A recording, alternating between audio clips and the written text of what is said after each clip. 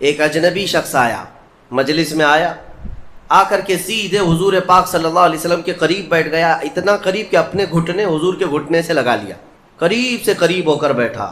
صحابہ کرام اور بھی مجلس میں تھے، سب دیکھ رہے تھے، اور وہ اجنبی جو شخص آیا تھا اس کو کوئی بھی پہچانتا نہیں تھا۔ اس نے آتے ہی سوالات کرنا شروع کیا۔ سب سے پہلے اس نے پوچھا مل ایمان، ایمان کسے کہتے ہیں؟ رسول پاک صلی اللہ تعالیٰ علیہ وسلم نے جواب دیا، اس بات کا اقرار کرو کہ اللہ تبارک و تعالیٰ کے سوا کوئی معبود نہیں، محمد صلی اللہ تعالیٰ علیہ وسلم اللہ کے رسول ہیں، فرشتوں پر اور اللہ کی کتابوں پر، رسولوں پر، تقدیر پر، قیامت کے دن پر اور مرنے کے بعد دوبارہ زندہ ہونے پر یقین رکھنا۔ اس اجنبی شخص نے پوچھا مل اسلام، پھر اسلام کیا ہے؟ حضور پاک صلی اللہ علیہ وسلم نے اس کا بھی جواب دیا، اللہ کی وحدانیت اور محمد صلی اللہ علیہ وسلم کی رسالت کا اقرار کرنا، نماز پڑھنا، روزے رکھنا رمضان کے، زکوٰۃ دینا مالک نصاب کو، اور حج کرنا صاحب استطاعت کو، یہ اسلام ہے۔ 2 سوالات ہو گئے۔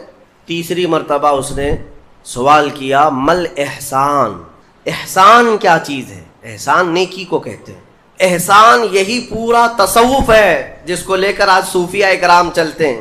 اس نے پوچھا احسان کسے کہتے ہیں؟ اب جواب میں میرے آقا صلی اللہ علیہ وسلم نے 2 جملے ارشاد فرمائے، وہ ہماری پوری زندگی کو گھیرے ہوئے ہیں۔ کیا فرماتے ہیں؟ ان تعبد اللہ کأنک تراہ وإن لم تکن تراہ فإنہ یراک۔ رسول پاک صلی اللہ علیہ وسلم فرماتے ہیں احسان کا مطلب یہ ہے کہ تم اللہ کی عبادت ایسے کرو جیسے تم اسے دیکھ رہے ہو۔ عبادت، نماز کی بات نہیں، عبادت میں سب چیزیں آ جاتی ہیں۔ روزہ بھی عبادت ہے، زکوٰۃ بھی عبادت ہے، حج بھی عبادت ہے، خیرات بھی عبادت ہے، نماز بھی اس کا ایک حصہ ہے۔ اور رسول پاک نے فرمایا یہ ساری عبادت ایسے کرو جیسے تم اللہ کو دیکھ رہے ہو، اور اگر تمہاری یہ کیفیت نہیں آ پاتی تو ایسی عبادت کرو کہ اللہ تمہیں دیکھ رہا، یہ خیال تو آ جائے کہ اللہ تمہیں دیکھ رہا ہے۔ اب وہ شخص جو سوالات کر رہا تھا اس نے ساری چیزوں کو کہا صدقت، ہاں آپ بالکل سچ کہہ رہے ہیں، سچ کہہ رہے ہیں۔ حضرت عمر فاروق فرماتے ہیں کہ کون اجنبی ہے، خود سوال بھی کرتا ہے اور خود تصدیق بھی کرتا ہے، جواب ملنے کے بعد کہتا ہاں بالکل آپ نے صحیح کہا۔ اخیر میں اس نے کہا متی الساعۃ یا رسول اللہ صلی اللہ علیہ وسلم، قیامت کب آئے گی؟ اس کے جواب میں رسول کریم صلی اللہ تعالیٰ علیہ وسلم نے مخفی انداز میں ارشاد فرمایا جتنا پوچھنے والے کو معلوم ہے اتنا ہی پوچھے جانے والے کو بھی، ہاں یہ اور بات ہے کہ میں اس کی علامتیں تمہیں بتا دیتا ہوں۔ پھر فرمایا جب تم دیکھو گے کہ عورت اپنا سردار جننے لگ جائے، مطلب یہ ہے کہ ماں باپ پر لو بچے حکومت کرنے لگ جائیں، اور ننگے پیر چلنے والے نیچ ذات کے لوگ بڑی بڑی بلڈنگوں میں فخر کرنے لگ جائیں، بڑی بڑی عمارتوں پر فخر کرنے لگ جائیں، حکومتیں اور کرسیاں ان کے ہاتھوں میں آ جائیں، اور پھر جب تم دیکھو کہ گانے باجے کی کثرت ہو جائے، یہ دوسری احادیث کا مفہوم بھی اس میں آپ کے ساتھ رکھ رہا ہوں، زنا عام ہو جائے، تب تم انتظار کرو کہ قیامت بہت قریب آ چکی۔ میرے عزیزو، حضرت عمر فاروق رضی اللہ تعالیٰ عنہ فرماتے ہم سب سن رہے تھے اور وہ اجنبی آیا اور سوالات کیا اور چلا گیا۔ حضرت عمر کہتے ہیں میں فوراً مجلس سے اٹھ کر باہر گیا کہ اس کو پکڑ کر کے پوچھوں کہ اتنے اہم سوالات کہاں سے لایا تھا، لیکن رسول پاک صلی اللہ علیہ وسلم نے مجھے بلایا، ادھر آؤ عمر، وہ کوئی مسافر نہیں تھا، وہ جبرائیل امین تھے جو تمہارا دین سکھانے آئے تھے۔ اتاکم جبرائیل یعلمکم دینکم، وہ تمہارا دین سکھانے تمہیں آئے تھے۔ بہرحال یہ حدیث جبرائیل اس کو کہتے ہیں۔ اس میں جو لفظ آیا ہے کہ تم اللہ کی عبادت ایسے کرو جیسے تم اسے دیکھ رہے ہو، یہ ہماری پوری زندگی کا حصہ ہونا چاہیے، پوری زندگی کا حصہ۔ اسی لیے میرے آقا صلی اللہ تعالیٰ علیہ وسلم سے سوال کیا گیا تھا، صحابہ نے پوچھا دنیا کی طاقتور چیزوں میں بڑی طاقت والی چیز کون سی ہے؟ ترتیب وار حضور اکرم صلی اللہ تعالیٰ علیہ وسلم نے ارشاد فرمایا لوہا ہے، لوہا بہت مضبوط چیز ہے۔ صحابی نے پوچھا کیا اس سے بھی زیادہ طاقتور کوئی چیز ہے؟ کہا ہاں اس سے بھی زیادہ اگر طاقت آگ میں ہے، کیونکہ آگ لوہے کو پگھلا دیتی ہے۔ پوچھنے والے نے کہا کیا آگ سے بھی زیادہ طاقت کسی میں ہے؟ حضور نے فرمایا ہاں پانی میں ہے، پانی آگ کو بھی بجھا دیتا ہے، پانی کی طاقت بہت زیادہ ہے، سونامی پانی ہی سے تو آتا ہے۔ اور اس کے بعد پھر پوچھنے والے نے کہا کیا پانی سے بھی زیادہ طاقت کسی کی ہے؟ آپ صلی اللہ علیہ وسلم نے فرمایا ہاں دنیا میں سب سے زیادہ طاقت ہوا کے اندر ہے، وہ پانی ہو کہ لوہا ہو کہ آگ ہو، سب کو ہوا اڑا لے جاتی ہے، اور ہوائیں جب جوش میں آئیں یا جلال میں آئیں تو بڑے بڑے پہاڑ بھی کھسک سکتے ہیں۔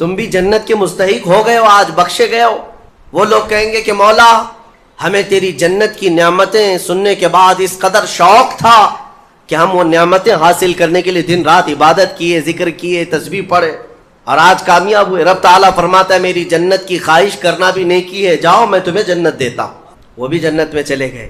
تیسری جماعت تھی، ان سے پوچھا جائے گا تم کیوں عبادت کرتے تھے، تم بھی آج جنت کے مستحق ہو گئے۔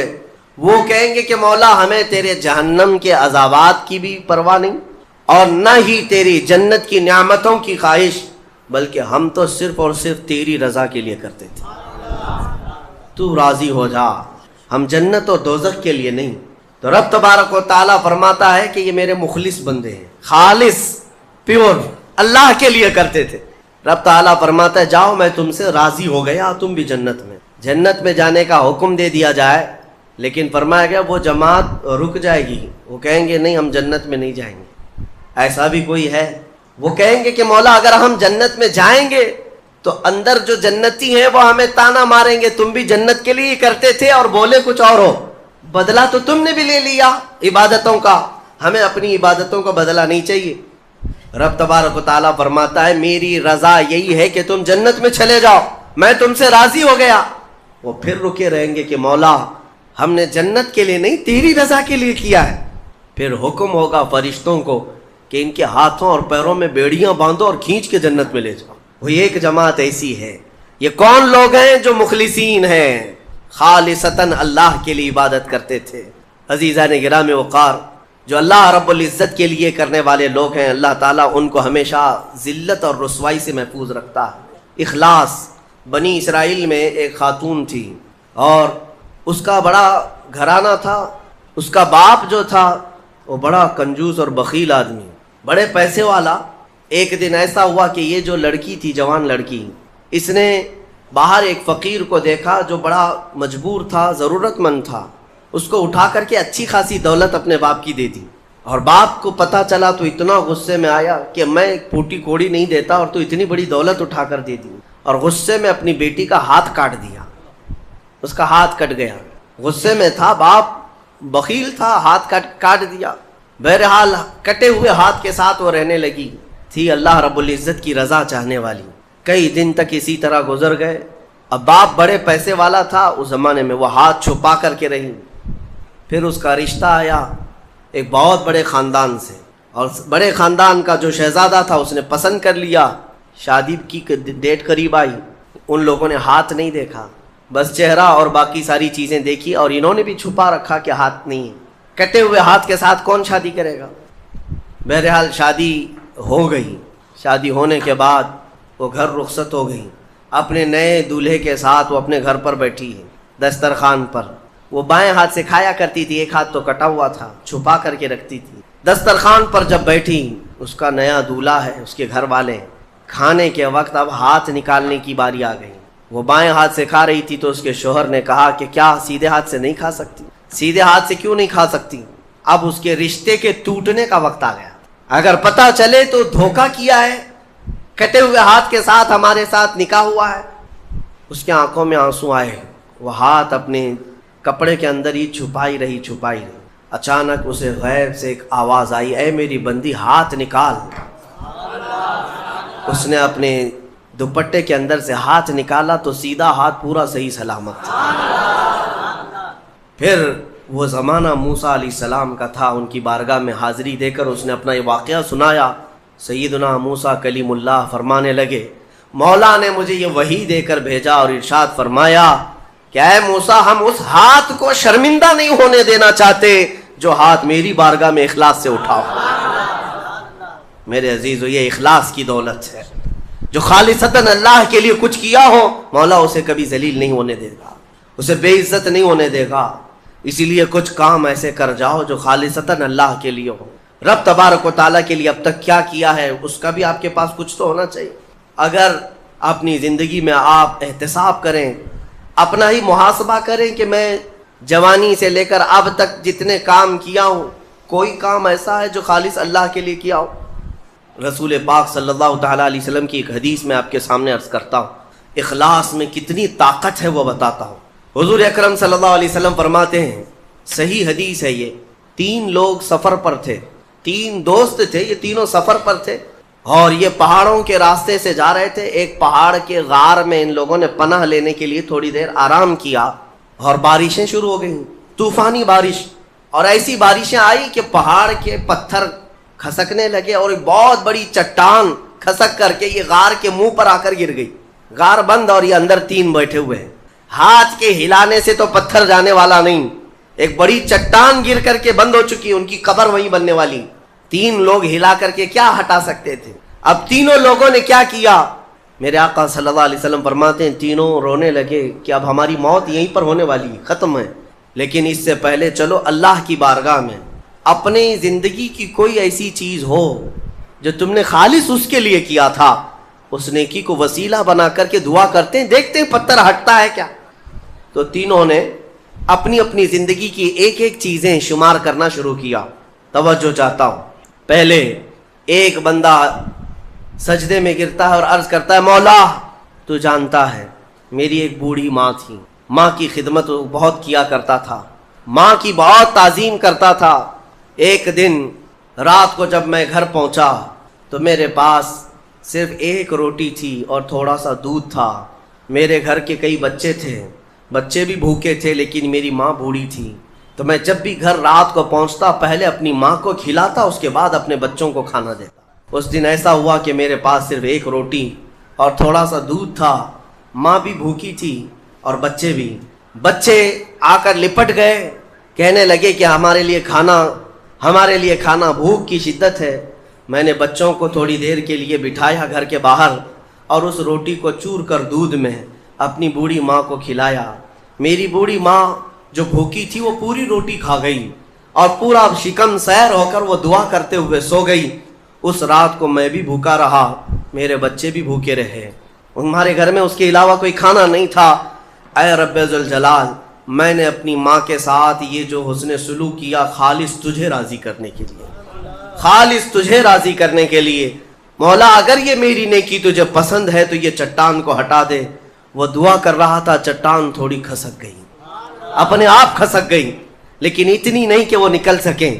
دوسرا جو ساتھی تھا وہ سجدے میں گرا اور وہ دعا کرنے لگا۔ یہ پوری حدیث پاک موجود ہے جس کو میرے آقا نے بیان کیا۔